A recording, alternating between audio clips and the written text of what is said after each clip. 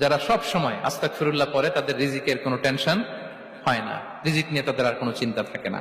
আল্লাহ নবী নূহ আলাইহিস সালাম তিনি ওনার জাতিগোষ্ঠীকে বলেছিলেন, ফাকুলতু আস্তাগফিরু রাব্বাকুম ইন্নাহু কানা গাফফারা, তোমরা বেশি বেশি ইস্তেগফার পড়ো, তিনি ক্ষমাশীল। ইস্তেগফার করলে কি হবে? ইউরসিলিস সামাআ আলাইকুম মিদরারা, রহমতের বৃষ্টি বর্ষণ হবে, তোমাদের জমিগুলো উর্বর হবে। ওয়া ইউমদিদুকুম বিআমওয়ালি ওয়া বানিন, আল্লাহ তাআলা তোমাদেরকে সম্পদে বারাকা দিবেন, সন্তানে বারাকা দিবেন। ওয়া ইয়াজআল লাকুম জান্নাতিন ওয়া ইয়াজআল লাকুম আনহারা, তোমাদের ফসল ক্ষেতগুলো সবুজ শ্যামল হয়ে ভরপুর হবে, তোমাদের রিজিকে বারাকা নেমে আসবে। তাহলে আমরা যেন বেশি বেশি ইস্তেগফার করি। বিষ্ণু ঈসা ইসলাম বলেছেন, মান লাযামাল ইস্তিগফার জাআলাল্লাহু লাকুম মিন কুল্লি দিকিন মাখরাজা ওয়া মিন কুল্লি হাম্মিন ফারাজা ওয়া ইয়ারযুকহু মিন হাইসু লা ইয়াহতাসিব, যে সব সময় ইস্তেগফার পড়ে তার কোনো টেনশন থাকে না, তার জীবনে দুশ্চিন্তা আসে না। আর এমন